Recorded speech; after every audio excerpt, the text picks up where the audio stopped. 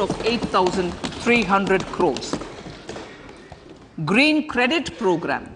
For encouraging behavioral change, a green credit program will be notified under the Environment Protection Act. This will incentivize environmentally sustainable and responsive actions by companies, individuals, and local bodies, and help mobilize additional resources for such activities. PM Program for Restoration, Awareness, Nourishment, and Amelioration of Mother Earth, PM Pranam, will be launched to incentivize states and union territories to promote alternative fertilizers and balanced use of chemical fertilizers. Go Bardhan Scheme. 500 new waste to wealth plants under Go Bardhan, galvanizing organic bio-agro resources done. Go Bardhan scheme will be established for promoting circular economy. These will include 200 compressed biogas plants, including 75 plants in urban areas, and 300 community or cluster-based plants at a total investment of 10,000 crores. I will refer to this in part B also. In due course, a 5% CBG mandate will be introduced for all organizations marketing natural and biogas. For collection of biomass and distribution of biomanure, appropriate fiscal support will also be provided. Bharatiya Prakritik Kheti Bio Input Resource Centers. Over the next 3 years, we will facilitate 1 crore farmers to adopt natural farming. For this, Honorable Speaker, 10,000 bio input resource centers will be set up, creating a national level distributed micro fertilizer and pesticide manufacturing network. Mishti.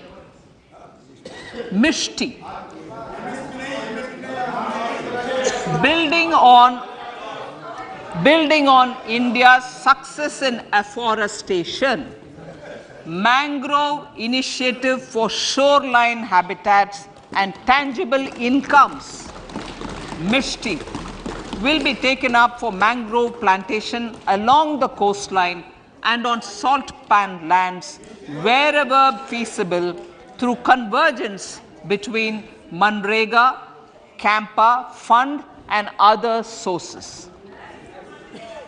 Amrit Dharohar.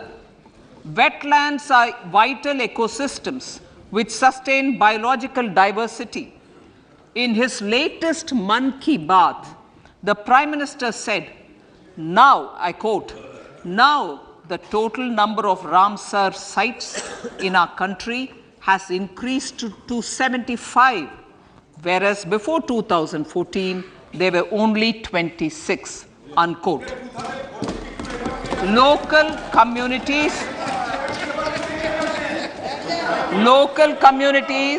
have always been at the forefront of conservation efforts. The government will promote their unique conservation values through Amrit Dharohar, a scheme that will be implemented over the next 3 years to encourage optimal use of wetlands and enhance biodiversity, carbon stock, ecotourism opportunities, and income generation for local communities. Coastal shipping. Coastal shipping will be promoted as the energy efficient and lower cost mode of transport, both for passengers and freight, through PPP mode with viability gap funding. Vehicle replacement.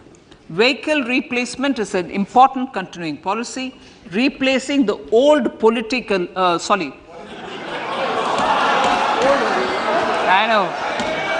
replacing, absolutely, thank you. Replacing old polluting vehicles may be applicable, right? Replacing old polluting vehicles is an important part of greening our economy. In furtherance of the vehicle scrapping policy mentioned in Budget 21-22, I have allocated adequate funds to scrap old vehicles of the central government. States will also be supported in replacing old vehicles and old state ambulances. Honorable Speaker, sir, I move to priority 6, youth power. To empower our youth and help the Amrit PD realize their dreams, we have formulated the National Education Policy, which is very wide in its scope, but one of the things is also to focus on skilling, adopted economic policies that facilitate job creation at scale and have supported business opportunities. Pradhan Mantri Kaushal Vikas Yojana. Pradhan Mantri Kaushal Vikas Yojana 4.0 will be launched to skill lakhs of youth within the next 3 years. On-job training, industry partnership, and alignment of courses with needs of industry will be emphasized. The scheme will also cover new age courses for Industry 4.0 like coding, AI, robotics, mechatronics, IoT, 3D printing, drones, and other soft skills. To skill youth for international opportunities, 30 Skill India International Centers will be set up across different states.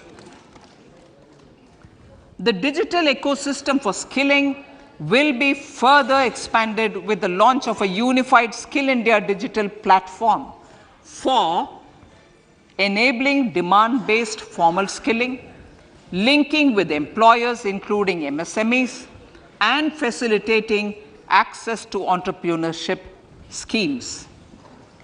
To provide stipend support to 47 lakh youths in 3 years, direct benefit transfer under a pan-India national apprenticeship promotion scheme will be rolled out. Tourism. Honorable Speaker, sir, with an integrated and innovative approach, at least 50 destinations will be selected through challenge mode. In addition to aspects such as physical connectivity, virtual connectivity, tourist guides, high standards for food streets, and tourist security, all the relevant aspects would be made available on an app to enhance tourist experience. Every destination would be developed as a complete package. The focus of development of tourism would be on domestic as well as foreign tourists.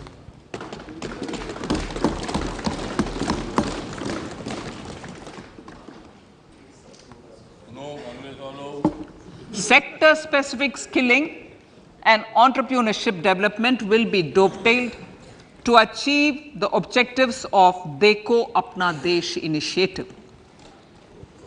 This was launched as an appeal by the Honorable Prime Minister to the middle class to prefer domestic tourism over international tourism. The integrated development of theme-based tourist circuits, the Swadesh Darshan scheme, was also launched. Under the Vibrant Villages program, tourism infrastructure and amenities will be facilitated in border villages. Unity Mall. States will be encouraged to set up a Unity Mall in their state capital or most prominent tourism center or the financial capital for promotion and sale of their one district, one product and GI products and other handicraft products, and for providing space for such products of all other states as well. Sir, priority number 7, financial sector. Our reforms in the financial sector and innovative use of technology have led to financial inclusion at scale, better and faster service delivery, ease of access to credit, and participation in financial markets. This budget proposes to further these measures. Credit guarantee for MSMEs. Last year, I proposed revamping of the credit guarantee scheme for the MSMEs. I am happy to announce that the revamped scheme will take effect from 1st April 2023 through infusion of 9,000 crores in the corpus.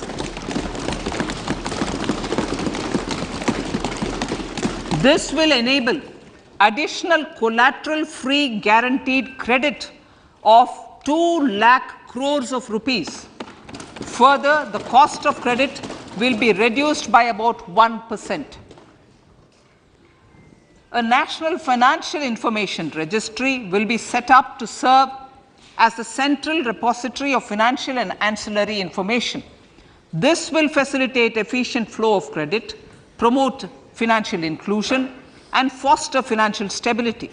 A new legislative framework will govern this credit public infrastructure and will be designed in consultation with the RBI.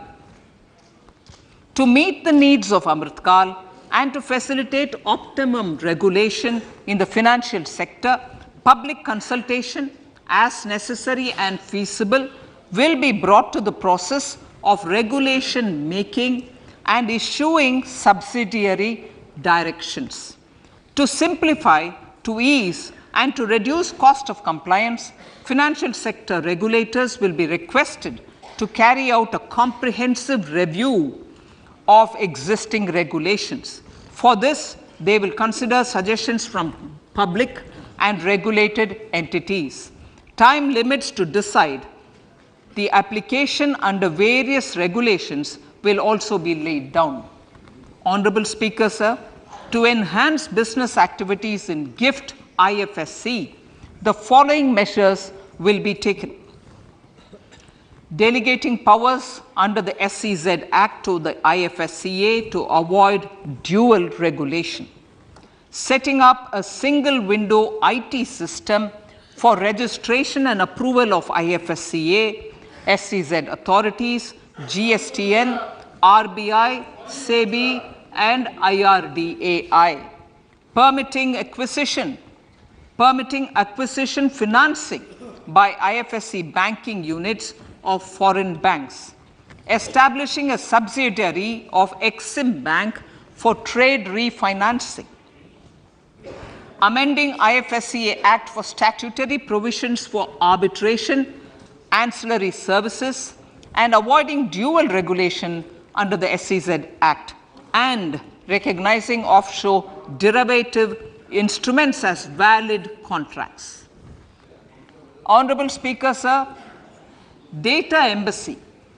For countries looking for digital continuity solutions, we will facilitate setting up of their data embassies in GIFT IFSC.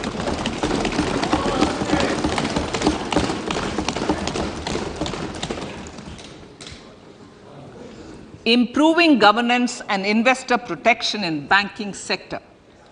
To improve bank governance and enhance investors' protection, certain amendments to the Banking Regulation Act, the Banking Companies Act, and the Reserve Bank of India Act are being proposed. Capacity building in securities market. Honorable Speaker, sir, to build capacity of functionaries and professionals in the securities market, SEBI will be empowered to develop, regulate, maintain, and enforce norms and standards for education in the National Institute of Securities Markets and to recognize award of degrees, diplomas, and certificates. A central processing center will be set up for faster response to companies through centralized handling of various forms filed with field officers under the Companies Act. Reclaiming of shares and dividends. For investors to reclaim unclaimed shares and unpaid dividends from the Investor Education and Protection Fund Authority with ease, from the Investor Education and Protection Fund Authority with ease, an integrated IT portal will be established. Digital payments continue to find wide acceptance. In 2022, they show an increase of 76% in transaction and 91% in value.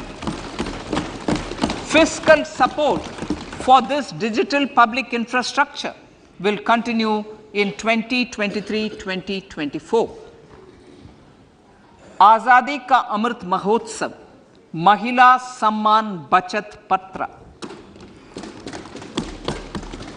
For commemorating Azadi Ka Amrit Mahotsav, a one-time new small savings scheme, Mahila Samman Savings Patra or Savings Certificate, Mahila Samman Savings Certificate will be made available for a 2-year period up to March 2025. This will offer deposit facility up to 2 lakh in the name of a woman or girls for a tenure of 2 years at fixed interest rate of 7.5% with partial withdrawal option. Senior citizens. The maximum deposit limit for senior citizens savings scheme will be enhanced from 15 lakh to 30 lakhs of rupees. The maximum deposit limit for monthly income account scheme will be enhanced from 4.5 lakh to 9 lakh for single account and from 9 lakh to 15 lakh for joint account. Honorable Speaker, sir, fiscal management. 50 years interest-free loan to states. The entire 50-year loan to states has to be spent on capital expenditure within 2023-24. Most of this will be at the discretion of the states, but a part will be conditional on states increasing their actual capital expenditure.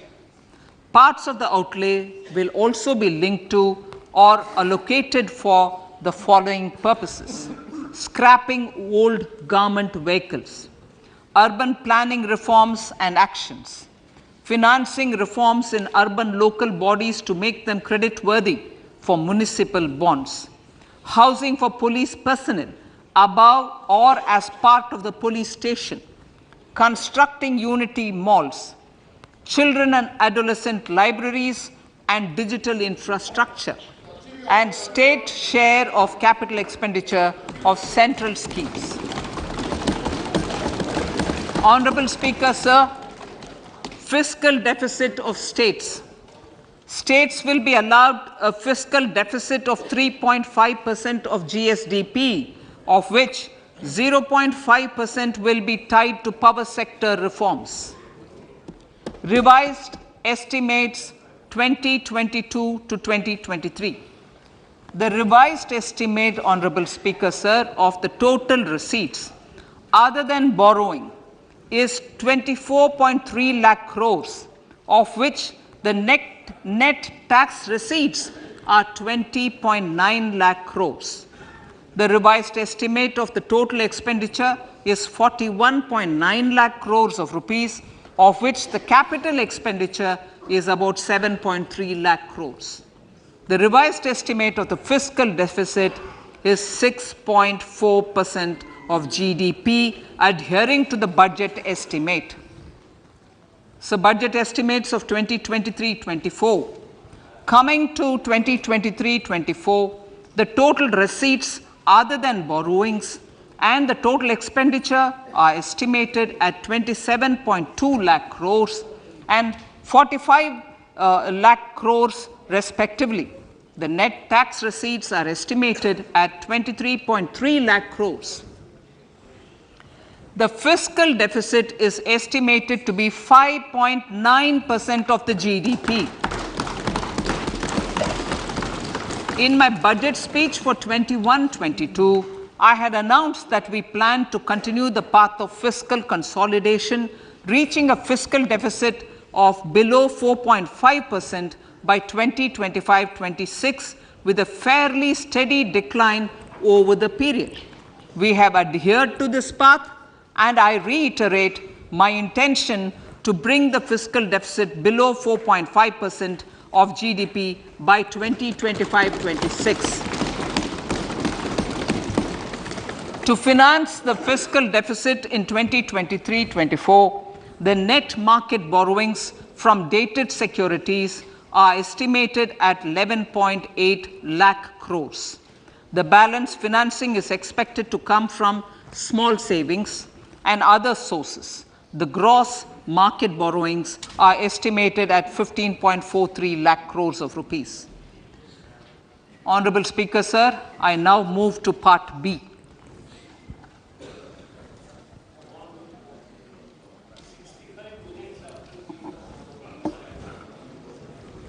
Indirect taxes. My indirect tax proposals will aim to promote exports, boost domestic manufacturing, enhance domestic value addition, encourage green energy and mobility. A simplified tax structure with fewer tax rates helps in reducing compliance burden and improving tax administration. I propose to reduce the number of basic customs duty rates on goods other than textiles and agriculture from 21 to 13. As a result, there are minor changes in the basic custom duties, cesses and surcharges on some items including toys, bicycle, automobiles and naphtha. Green mobility. To avoid cascading of taxes on blended compressed natural gas, I propose to exempt excise duty on GST paid compressed biogas contained in it. To further provide impetus to green mobility, customs duty exemptions is being extended to import of capital goods and machinery required for manufacture of lithium-ion cells for batteries used in electrical vehicles as well. Electronics. As a result of various initiatives of the government, including phased manufacturing program, mobile phone production in India has increased from 5.8 crore units valued at about 18,900 crore in 2014-15 to 31 crore units valued at 2,75,000 crore in the last financial year. To further deepen domestic value addition in manufacturing of mobile phones, I propose to provide relief to customs duty. I propose to provide relief in customs duty on import of certain parts and inputs like camera lens, and continue the concessional duty on lithium-ion cells for batteries for another year. Similarly, to promote value addition in manufacture of televisions, I propose to reduce the basic customs duty on parts of open cells of TV panels to 2.5%. Electrical. To rectify inversion of duty structure and encourage manufacturing of electric kitchen chimneys, the basic custom duty on electric kitchen chimney is being increased from 7.5% to 15%, and that on heat coils for these is proposed to be reduced from 20% to 15%. Chemicals and petrochemicals. Denatured ethyl alcohol is used in chemical industry. I propose to exempt basic customs duty on it. This will also support the ethanol blending program and facilitate an endeavor for energy transition. Basic customs duty is also being reduced on acid grade fluorospar from 5% to 2.5% to make the domestic fluorochemicals industry competitive. Further, the basic customs duty on crude glycerin for use in manufacture of epichlorohydrin is proposed to be reduced from 7.5% to 2.5%.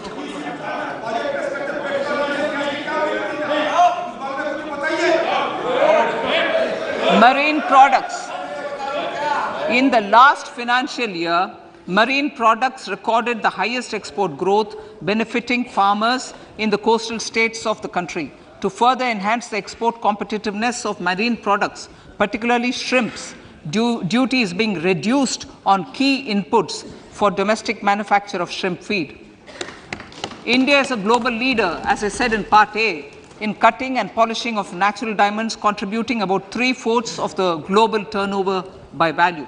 With the depletion of deposits of natural diamonds, the industry is moving towards lab-grown diamonds, and it holds huge promise. To seize this opportunity, I propose to reduce the basic customs duty on seeds used in their manufacture. Customs duties on doré and bars of gold and platinum were increased earlier this fiscal.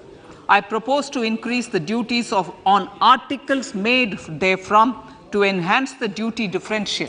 I also propose to increase the import duty on silver doors, bars and articles to align them with that on gold and platinum.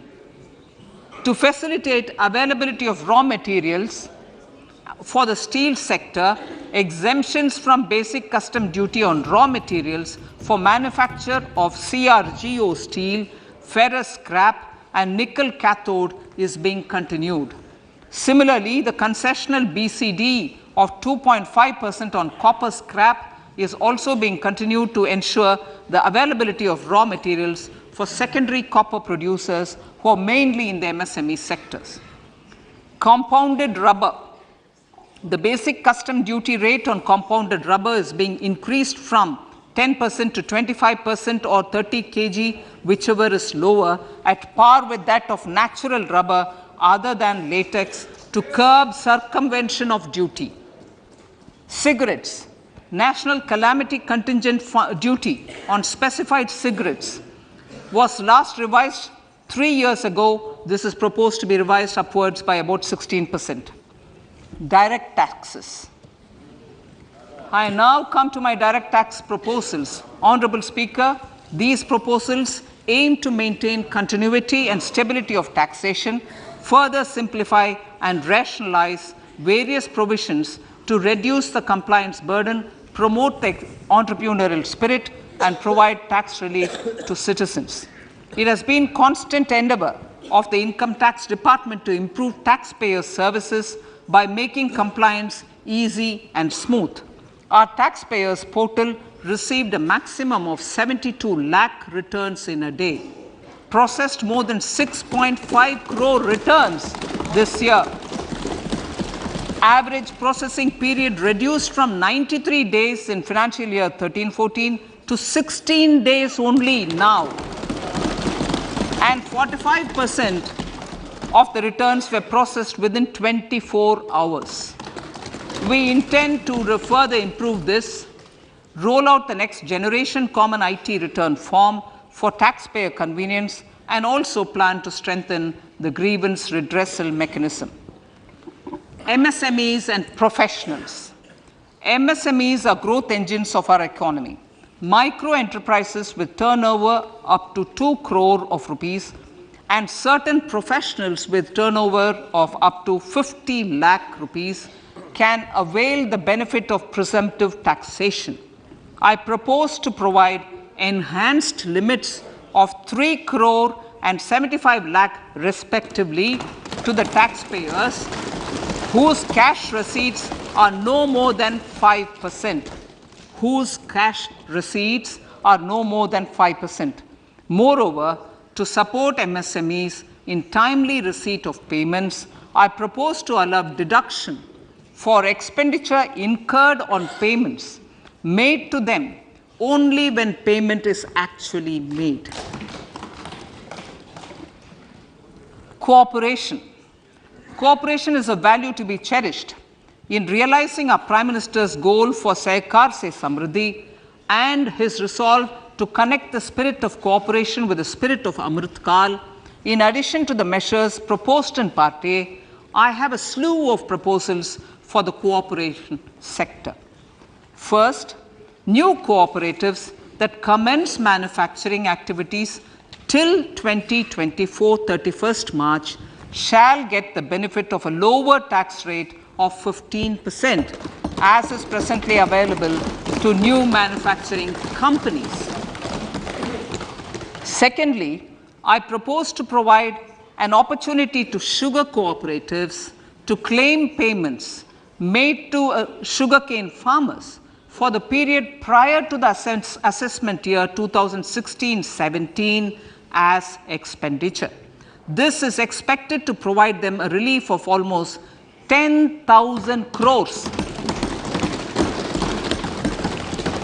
Thirdly, I am providing a higher limit of 2 lakh per member for cash deposits to loans in cash by primary agricultural cooperative societies and primary cooperative agriculture and rural development banks. I repeat that.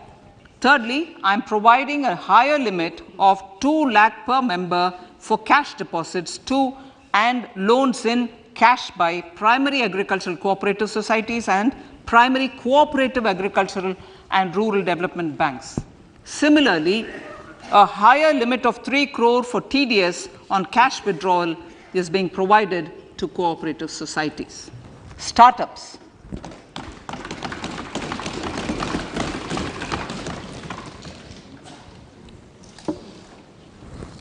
Entrepreneurship is vital for a country's economic development.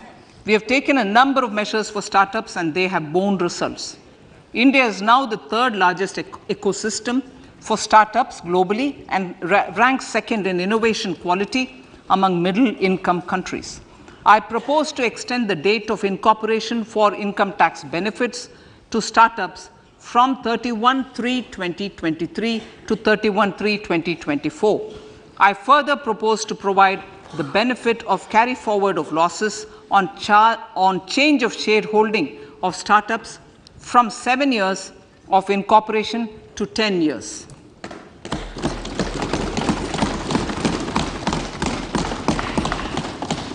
To reduce the pendency of appeals at commissioner level, I propose to deploy about 100 joint commissioners for disposal of small appeals. We shall also be more selective in taking up cases for scrutiny of returns already received this year. Better targeting of tax concessions. For better targeting of tax concessions and exemptions, I propose to cap deduction from capital gains on investment in residential house under Section 54 and Section 54F to 10 crores. Another proposal with similar intent is to limit income tax exemption from proceeds of insurance policies with very high value. Rationalization. Honorable Speaker, sir, there are a number of proposals relating to rationalization and simplification. Income of authorities, boards, and commissions set up by statutes of union or state for the purpose of housing, development of cities, towns, and villages, and regulating and developing an activity or matter is proposed to be exempted from income tax. Other major measures in this direction are removing the minimum threshold of 10,000 for TDS and clarifying taxability relating to online gaming, not treating conversion of gold into electronic gold receipts and vice versa as capital gains, reducing the TDS rate from 30% to 20% on taxable portion of EPF withdrawals in non-PAN cases, and taxation on income for market-linked debentures. Other major proposals in the finance bill relate to the following: extension of period of tax benefits to funds relocating to IFSC, GIFT City till 31/3/2025, decriminalization under Section 276A of the Income Tax Act, allowing carry forward of losses on strategic disinvestment, including that of IDBI Bank, and providing EEE status to Agniveer Fund. Personal income tax.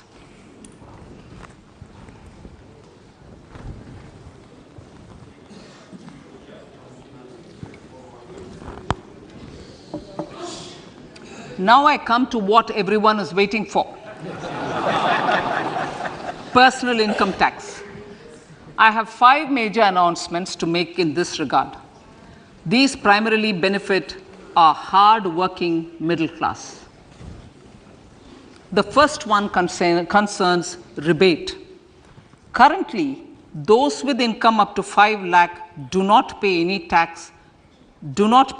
income tax in both old and new regimes. I propose to increase the rebate limit to 7 lakhs in the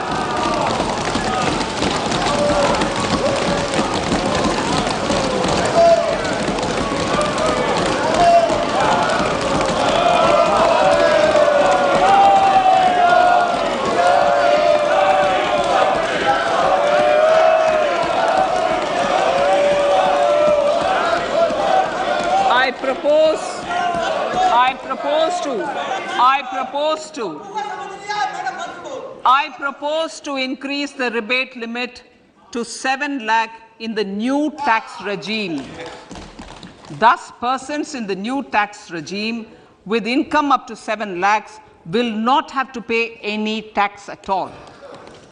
The second proposal relates to middle class individuals. I had introduced in the year 2020 the new personal income tax regime with 6 income slabs starting from 2.5 lakh. I propose to change the tax structure in this regime by reducing the number of slabs to 5 and increasing the tax exemption limit to 3 lakhs. The new tax rates are 0 to 3 lakh, nil. 3 to 6 lakhs, 5%. 6 to 9 lakhs, 10%. 9 to 12 lakh, 15%. 12 to 15 lakhs, 20%. And above 15 lakhs, 30%. This will provide major relief to all taxpayers in the new regime. An individual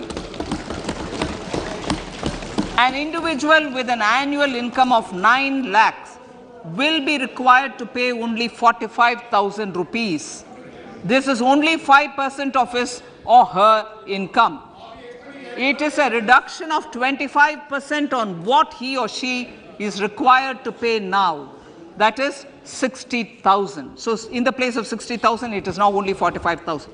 Similarly, an individual with an income of 15 lakh rupees would be required to pay only 1.5 lakh or 10% of his income or her income, a reduction of 20% from the existing liability of 1,87,500 rupees. My third proposal is for the salaried class and the pensioners, including family pensioners, for whom I propose to extend the benefit of standard deduction to the new tax regime. Each salaried person with an income of 15.5 lakh rupees or more will thus stand to benefit by 52,500 rupees. My fourth announcement in personal income tax is regarding the highest tax rate, which in our country is 42.74%. This is among the highest in the world. I propose to reduce the highest surcharge rate from 37% to 25% in the new tax regime.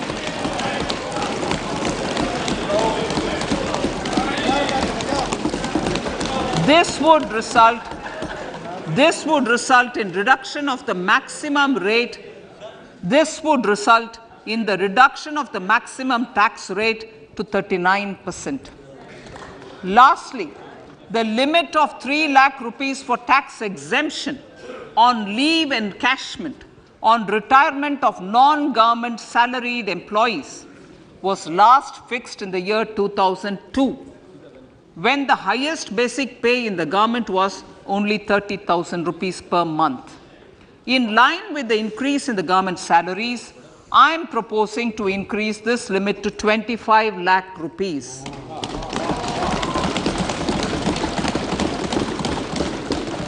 We are also making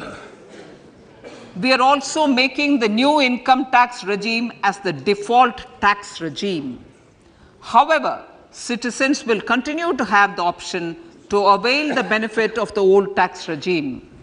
Apart from these, I am also making some other changes as given in the annexure. As a result of these proposals, revenue of about 38,000 crore to 37,000 crore in direct taxes and rupees 1,000 crore in indirect taxes will be foregone, while revenue of about 3,000 crore will be additionally mobilized. Thus, the total revenue foregone is about 35,000 crores annually.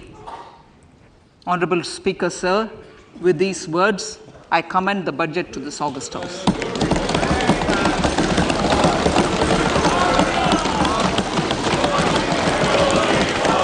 One hour, 25 minutes.